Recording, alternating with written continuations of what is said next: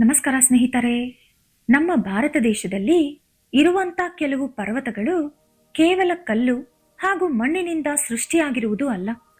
ಅವುಗಳ ಗುಹೆಗಳ ಒಳಗಡೆ ಈಗಲೂ ನಮ್ಮ ಸಾಧುಗಳು ಹಾಗೂ ಕೆಲವು ರಹಸ್ಯಗಳು ಅಡಗಿದೆ.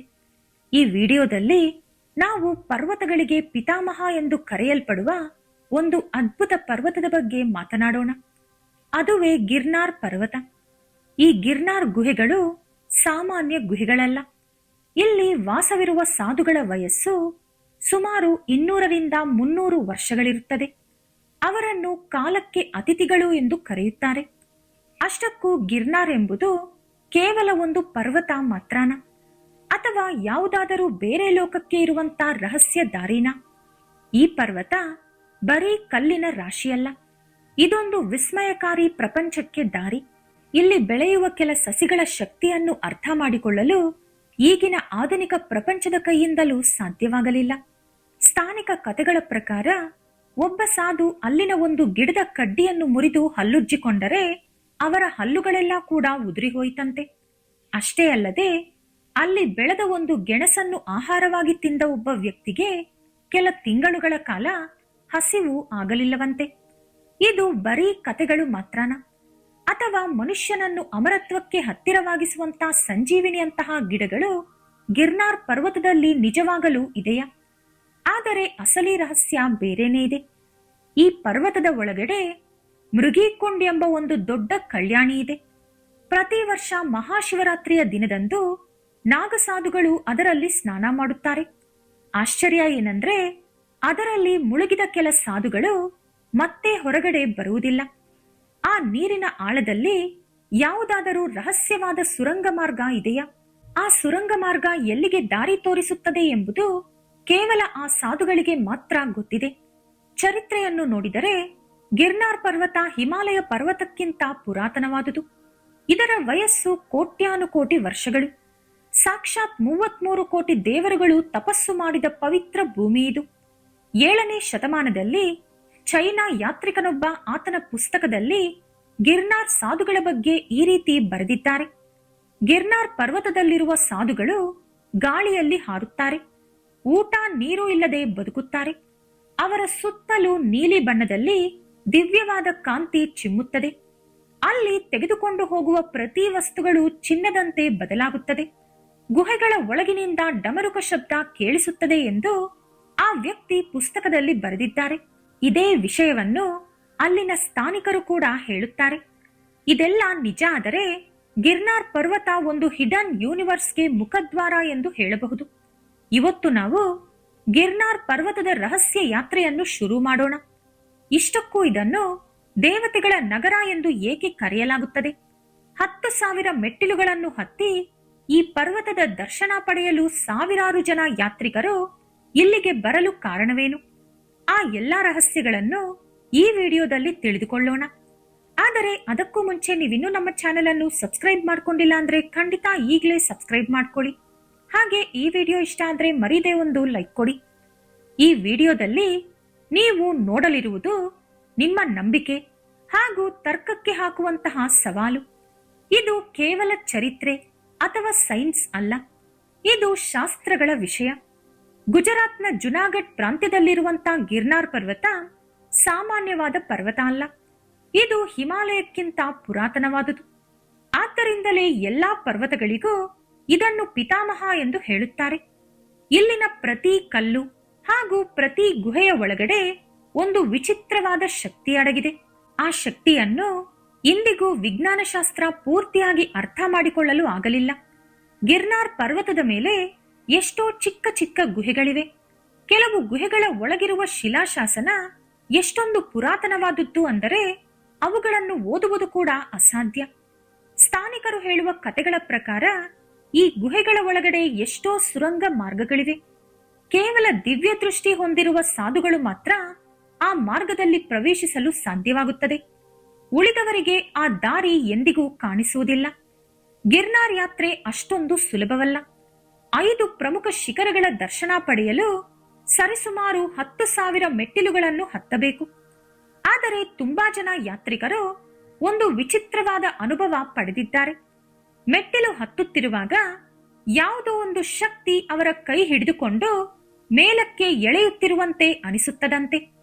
ಆದ್ದರಿಂದಲೇ ಗಿರ್ನಾರ್ ಯಾತ್ರೆ ಪ್ರತಿ ವ್ಯಕ್ತಿಯ ಜೀವನವನ್ನು ಬದಲಾಯಿಸುತ್ತದೆ ಎಂದು ಹೇಳುತ್ತಾರೆ. ಸ್ಥಳ ಪುರಾಣದ ಪ್ರಕಾರ ಸಾಕ್ಷಾತ್ ದತ್ತಾತ್ರೇಯ ಸ್ವಾಮಿ ಇಲ್ಲಿ ತಪಸ್ಸು ಮಾಡಿದ್ದಾರೆ. ಅವರು ಅಂದು ಪಾಲಿಸಿದಂತಹ ನಿಯಮಗಳು ಈಗಲೂ ಈ ಪರ್ವತದಲ್ಲಿ ಅಡಗಿರುವುದಾಗಿ ಹೇಳಲಾಗುತ್ತದೆ. ಈ ಗುಹೆಗಳ ಒಳಗಡೆ 200ರಿಂದ 300 ವರ್ಷ ಮೇಲ್ಪಟ್ಟ ಸಿದ್ಧ ಯೋಗಿಗಳು ವಾಸವಿದ್ದಾರೆ. ಇವರಲ್ಲಿ ಕೆಲವರಿಗೆ ಕಾಲವನ್ನು ನಿಲ್ಲಿಸುವ ಶಕ್ತಿ ಇದ್ದರೆ, ಕೆಲವರಿಗೆ ಪಂಚಭೂತಗಳನ್ನು ನಿಯಂತ್ರಿಸುವ ಶಕ್ತಿ ಇದೆ. ಈ ಸಿದ್ಧ ಯೋಗಿಗಳು ಸಾಮಾನ್ಯ ವ್ಯಕ್ತಿಗಳಿಗೆ ಕಾಣಿಸುವುದಿಲ್ಲ. ಆದರೆ ವರ್ಷಕ್ಕೆ ಒಂದು ಸಲ ಬರುವ ಮಹಾಶಿವರಾತ್ರಿಯಂದು ಪರ್ವತದ ಕೆಳಗಿರುವಂತ ಭವನಾಥ್ ಮಹಾದೇವ್ ಆಲಯದ ಹತ್ತಿರ ಈ ಸಾಧುಗಳು ಪ್ರತ್ಯಕ್ಷವಾಗುತ್ತಾರೆ. ಆ ಸಮಯದಲ್ಲಿ ಅವರು ತಮ್ಮ ಅಲೌಕಿಕ ಶಕ್ತಿಗಳನ್ನು ಪ್ರದರ್ಶಿಸುತ್ತಾರೆ. ಸಾಮಾನ್ಯ ದಿನಗಳಲ್ಲಿ ಇವರ ದರ್ಶನ ಕೇವಲ ಅದೃಷ್ಟವಂತರಿಗೆ ಮಾತ್ರ ಸಿಗುತ್ತದೆ. ಗಿರ್ನಾರ್ ಹತ್ತಿರ ನಡೆಯುವ ಭವನಾಥ್ ಮೇಳ ಕೇವಲ ಒಂದು ಮತಪರವಾದ ಉತ್ಸವ ಅಲ್ಲ. ಕುಂಭಮೇಳದ ನಂತರ ಭಾರತದಲ್ಲಿ ಸಾಧು ಸಂತರು ಅತಿ ಹೆಚ್ಚಿನ ಸಂಖ್ಯೆಯಲ್ಲಿ ಭಾಗವಹಿಸುವಂತ 2ನೇ ಅತಿ ದೊಡ್ಡ ಮೇಳ ಇದು. ಇತ್ತೀಚೆಗೆ ದೇಶದ 4 ಮೂಲೆಗಳಿಂದ ಸಾವಿರಾರು ಜನ ನಾಗಸಾಧುಗಳು, ತಪಸ್ವಿಗಳು, ಸನ್ಯಾಸಿಗಳು ಗಿರ್ನಾರ್ ಪರ್ವತಕ್ಕೆ ಬರುತ್ತಾರೆ. ರಾತ್ರಿ ವೇಳೆಯಲ್ಲಿ ಶಂಖ, ಡಮರುಗ ಹಾಗೂ ಗಂಟೆಗಳ ಶಬ್ದದ ಮಧ್ಯದಲ್ಲಿ ಆ ಎಲ್ಲಾ ಸಾಧುಗಳು ಮೃಗೀಕುಂಡ್ ಕಲ್ಯಾಣಿಯಲ್ಲಿ ಸ್ನಾನ ಮಾಡುತ್ತಾರೆ. ಹರ ಹರ ಮಹಾದೇವ ಎಂಬ ಜಪದಿಂದ ಆ ಇಡೀ ಪ್ರಾಂತ್ಯ ಜೇಂಕರಿಸುತ್ತದೆ. ಆದರೆ ಇಲ್ಲೇ ಒಂದು ವಿಚಿತ್ರ ಇದೆ. ಪ್ರತಿ ವರ್ಷ ಶಿವರಾತ್ರಿಯಂದು ಈ ಮೃಗೀಕುಂಡ್ ಕಲ್ಯಾಣಿಯಲ್ಲಿ ಸ್ನಾನ ಮಾಡಲು ಇಳಿದ ಸಾಧುಗಳಲ್ಲಿ ಕೆಲವರು ಇನ್ನೆಂದೂ ಕೂಡ ಹೊರಗೆ ಬರಲಿಲ್ಲ. ಅವರು 84 ಜನ ಸಿದ್ಧ ಪುರುಷರ ಸಮೂಹದಲ್ಲಿ ಬೆರೆತು ಹೋಗುತ್ತಾರೆ, ಬೇರೆ ಲೋಕಕ್ಕೆ ಹೊರಟು ಹೋಗುತ್ತಾರೆ ಎಂದು ಇಲ್ಲಿನ ಸಾಧುಗಳು ಹೇಳುತ್ತಾರೆ. ಕೆಲ ವರ್ಷಗಳ ಹಿಂದೆ ಕನ್ಯಾಕುಬ್ಜ ದೇಶಕ್ಕೆ ಸೇರಿದಂತ ರಾಜ ಭೋಜರಾಜನಿಗೆ ಅವರ ಸೇವಕ ಒಂದು ವಿಚಿತ್ರ ವಿಷಯ ಹೇಳಿದ. ಅದೇನೆಂದರೆ, ರೇವತಾಚಲಂ ಅಂದರೆ ಈಗಿನ ಗಿರ್ನಾರ್ ಕಾಡಿನಲ್ಲಿ ಒಂದು ವಿಚಿತ್ರ ಪ್ರಾಣಿ ಕಾಣಿಸಿತು. ಆ ಪ್ರಾಣಿಯ ದೇಹ ಒಂದು ಮಹಿಳೆಯದು, ಅದರ ತಲೆ ಮಾತ್ರ ಜಿಂಕೆಯದು ಎಂದು ಹೇಳಿದ. ಆ ರಹಸ್ಯವನ್ನು ಪತ್ತೆ ಹಚ್ಚಲು ಸ್ವತಃ ಭೋಜರಾಜನೇ ಹೊರಟ. ಹಲವಾರು ದಿನಗಳು ಹುಡುಕಾಡಿದ ನಂತರ ಭೋಜರಾಜ ಆಕೆಯನ್ನು ಪತ್ತೆ ಹಚ್ಚಿ ಅವರ ಆಸ್ಥಾನಕ್ಕೆ ಕರೆತಂದ. ಎಷ್ಟೋ ಜನ ಪಂಡಿತರನ್ನು ಕರೆಸಿ ವಿಚಾರಿಸಿದ. ಆದರೆ ಯಾರಿಗೂ ಆ ರಹಸ್ಯ ಭೇದಿಸಲು ಆಗಲಿಲ್ಲ. ಕೊನೆಗೆ ಕುರುಕ್ಷೇತ್ರ ಪ್ರಾಂತ್ಯದಲ್ಲಿ ತಪಸ್ಸು ಮಾಡುತ್ತಿದ್ದ ಊರ್ಧ್ವರೇತ ಎಂಬ ಮಹಾಋಷಿಯ ಹತ್ತಿರ ಹೋದ. ಆ ಋಷಿ ಆ ಜಿಂಕೆ ಮುಖ ಇರುವ ಮಹಿಳೆಯನ್ನು ಆಶೀರ್ವದಿಸಿ ಆಕೆಗೆ ಮನುಷ್ಯ ಭಾಷೆಯಲ್ಲಿ ಮಾತನಾಡುವ ಶಕ್ತಿ ಕೊಟ್ಟರು. ಆಗ ಆ ಹೆಣ್ಣು ಆಕೆಯ ಪೂರ್ವಜನ್ಮದ ಕಥೆಯನ್ನು ಈ ರೀತಿ ಹೇಳಿದಳು. ಓ ಮಹಾರಾಜ, ಪೂರ್ವಜನ್ಮದಲ್ಲಿ ನೀನೊಬ್ಬ ಸಿಂಹ, ನಾನೊಂದು ಜಿಂಕೆ. ನೀನು ನನ್ನನ್ನು ಬೇಟೆಯಾಡಿದಾಗ ನಾನು ಪ್ರಾಣಭಯದಿಂದ ಓಡಿಹೋದೆ. ಓಡುತ್ತಿರುವಾಗ ನನ್ನ ತಲೆ ಒಂದು ಕಲ್ಲಿನ ಮಧ್ಯದಲ್ಲಿ ಸಿಕ್ಕಿ ಹಾಕಿಕೊಂಡಿತು. ನಾನು ಹೊರಬರಲು ಶಕ್ತಿಯನ್ನೆಲ್ಲ ಉಪಯೋಗಿಸಿ ಪ್ರಯತ್ನಿಸಿದಾಗ ನನ್ನ ತಲೆ ಅಲ್ಲೇ ಉಳಿದುಕೊಂಡು ನನ್ನ ಕೆಳಭಾಗ ಅಲ್ಲೇ ಹರಿಯುತ್ತಿರುವ ಮೃಗೀಕುಂಡ್ ಸರೋವರದೊಳಗೆ ಬಿದ್ದು ಹೋಯಿತು. ಆ ಪವಿತ್ರವಾದ ನೀರು ತಾಕಿದ ಕೂಡಲೇ ನನ್ನ ಕೆಳಭಾಗ ಮನುಷ್ಯನ ರೂಪ ಪಡೆದುಕೊಂಡಿತು. ಆದರೆ ನನ್ನ ತಲೆ ಮಾತ್ರ ಜಿಂಕೆ ತಲೆಯಂತೆ ಉಳಿದು ಹೋಯಿತು ಎಂದು ಹೇಳಿದಳು. ಆ ವಿಷಯ ಕೇಳಿದ ಋಷಿ ಆ ಪ್ರದೇಶಕ್ಕೆ ಹೋಗಿ ಒಮ್ಮೆ ಪರಿಶೀಲಿಸುವಂತೆ ಭೋಜರಾಜನನ್ನು ಕಳಿಸಿದರು. ಭೋಜರಾಜ ಅದೇ ರೀತಿ ಆ ಹೆಣ್ಣು ಹೇಳಿದ ಜಾಗಕ್ಕೆ ಹೋಗಿ ನೋಡಿದ. ಆಕೆ ಹೇಳಿದ ರೀತಿಯಲ್ಲೇ ಒಂದು ಜಿಂಕೆಯ ತಲೆ ಬುರುಡೆ ಕಲ್ಲಿನ ಮಧ್ಯದಲ್ಲಿ ಸಿಲುಕಿಕೊಂಡಿತ್ತು. ಅದನ್ನು ತಂದು ರಾಜ ಋಷಿಗೆ ಕೊಟ್ಟ. ಆ ತಲೆ ಬುರುಡೆಯನ್ನು ಆ ಪವಿತ್ರವಾದ ಸರೋವರದೊಳಗೆ ಋಷಿ ಹಾಕಿದ ತಕ್ಷಣ ಅರಮನೆಯಲ್ಲಿದ್ದ ಆ ಹೆಣ್ಣಿನ ಜಿಂಕೆ ತಲೆ ಮಾಯವಾಗಿ ಹೆಣ್ಣಿನ ತಲೆ ಬಂದಿತು. ಋಷಿಯ ಆಜ್ಞೆಯ ಮೇರೆಗೆ ಮಹಾರಾಜ ಅಲ್ಲೊಂದು ಕಲ್ಯಾಣಿಯನ್ನು ನಿರ್ಮಿಸಿದ. ಅದೇ ಈಗ ನಾವು ನೋಡುವಂತಹ ಮೃಗೀಕುಂಡ್. ಇಲ್ಲಿ ಭಕ್ತಿಯಿಂದ ಸ್ನಾನ ಮಾಡಿದರೆ ಜೀವನ ಪರ್ಯಂತ ಮಾಡಿದ ಪಾಪಗಳು ಹೊರಟು ಹೋಗುತ್ತದೆ, ಮೋಕ್ಷ ಪ್ರಾಪ್ತಿಯಾಗುತ್ತದೆ. ಈ ಕಲ್ಯಾಣಿಯ ಒಳಗಡೆ ಈಗಲೂ ಕೆಲವು ರಹಸ್ಯ ಶಕ್ತಿಗಳು ಹಾಗೂ ರಹಸ್ಯ ದ್ವಾರಗಳು ಇರುವುದಾಗಿ ನಂಬುತ್ತಾರೆ.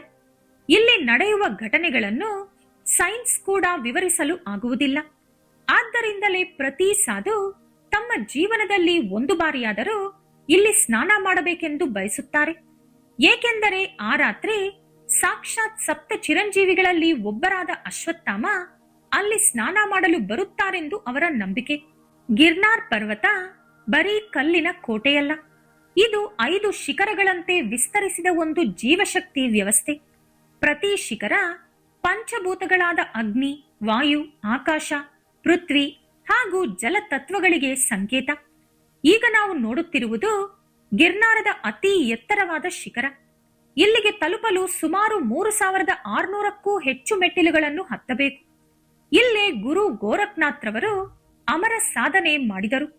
ಬೆಳಗಿನ ಜಾವ 3 ಗಂಟೆಯ ಸಮಯದಲ್ಲಿ ಈ ಶಿಖರದ ಮೇಲೆ 3 ಬಿಳಿ ಬಣ್ಣದ ಕಾಂತಿ ವಲಯಗಳು ಕಾಣಿಸುತ್ತವೆ ಎಂದು ತುಂಬಾ ಜನ ಯಾತ್ರಿಕರು ಹೇಳುತ್ತಾರೆ. ಗಿರ್ನಾರ್ ಪರ್ವತವನ್ನು ಬ್ರಹ್ಮ, ವಿಷ್ಣು, ಮಹೇಶ್ವರರ ಸಂಗಮ ಸ್ಥಳದಂತೆ ಭಕ್ತರು ಭಾವಿಸುತ್ತಾರೆ. ಸಾಕ್ಷಾತ್ ದತ್ತಾತ್ರೇಯ ಸ್ವಾಮಿ ನೆಲೆಸಿರುವಂತಹ ಜಾಗ ಇದು. ಇಲ್ಲಿ ಯಾರು ಧ್ಯಾನ ಮಾಡುತ್ತಾರೋ ಅವರು ತಮ್ಮ 3 ಜನ್ಮಗಳ ಕರ್ಮಫಲವನ್ನು ನೋಡಲು ಸಾಧ್ಯವಾಗುತ್ತದೆ ಎಂದು ಸಾಧುಗಳು ಹೇಳುತ್ತಾರೆ. ಇದು ಆತ್ಮ ಸಾಕ್ಷಾತ್ಕಾರಕ್ಕೆ ಉತ್ತಮ ವೇದಿಕೆ. ರಾತ್ರಿ ಸಮಯದಲ್ಲಿ ಇಲ್ಲಿ ಗಂಧದ ತುಂಡು ಉರಿಯುತ್ತಿರುವಾಗ ಬರುವಂತಹ ಪರಿಮಳ ಬರುತ್ತದಂತೆ.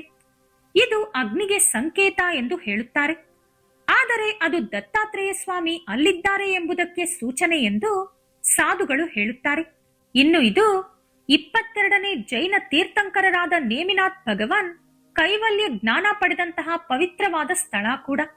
ಇಲ್ಲಿನ ಗುಹೆಗಳು ಎಷ್ಟೊಂದು ನಿಶ್ಶಬ್ದವಾಗಿ ಇರುತ್ತದೆ ಅಂದರೆ ನಿಮಗೆ ನಿಮ್ಮ ಹೃದಯ ಬಡಿತ ಕೂಡ ತುಂಬಾ ಸ್ಪಷ್ಟವಾಗಿ ಕೇಳಿಸುತ್ತದೆ. ಈ ನಿಶ್ಶಬ್ದ ಪ್ರದೇಶದಲ್ಲಿ ಧ್ಯಾನ ಮಾಡಿದರೆ ಮನಸ್ಸಿನಲ್ಲಿರುವ ಅಹಂಕಾರ ತನ್ನಷ್ಟಕ್ಕೆ ತಾನೇ ಹೊರಟು ಹೋಗುತ್ತದೆ. ನಮ್ಮ ಆತ್ಮ ಮೋಕ್ಷಕ್ಕೆ ಹತ್ತಿರವಾಗುತ್ತದೆ. ಗಿರ್ನಾರ್ ಪರ್ವತದಲ್ಲಿ ಒಂದು ಶಕ್ತಿಪೀಠ ಕೂಡ ಇದೆ. ಇಲ್ಲೇ ಪಾರ್ವತಿ ದೇವಿ ಶಿವನಿಗಾಗಿ ತಪಸ್ಸು ಮಾಡಿದರು ಎಂದು ಪುರಾಣಗಳು ಹೇಳುತ್ತದೆ.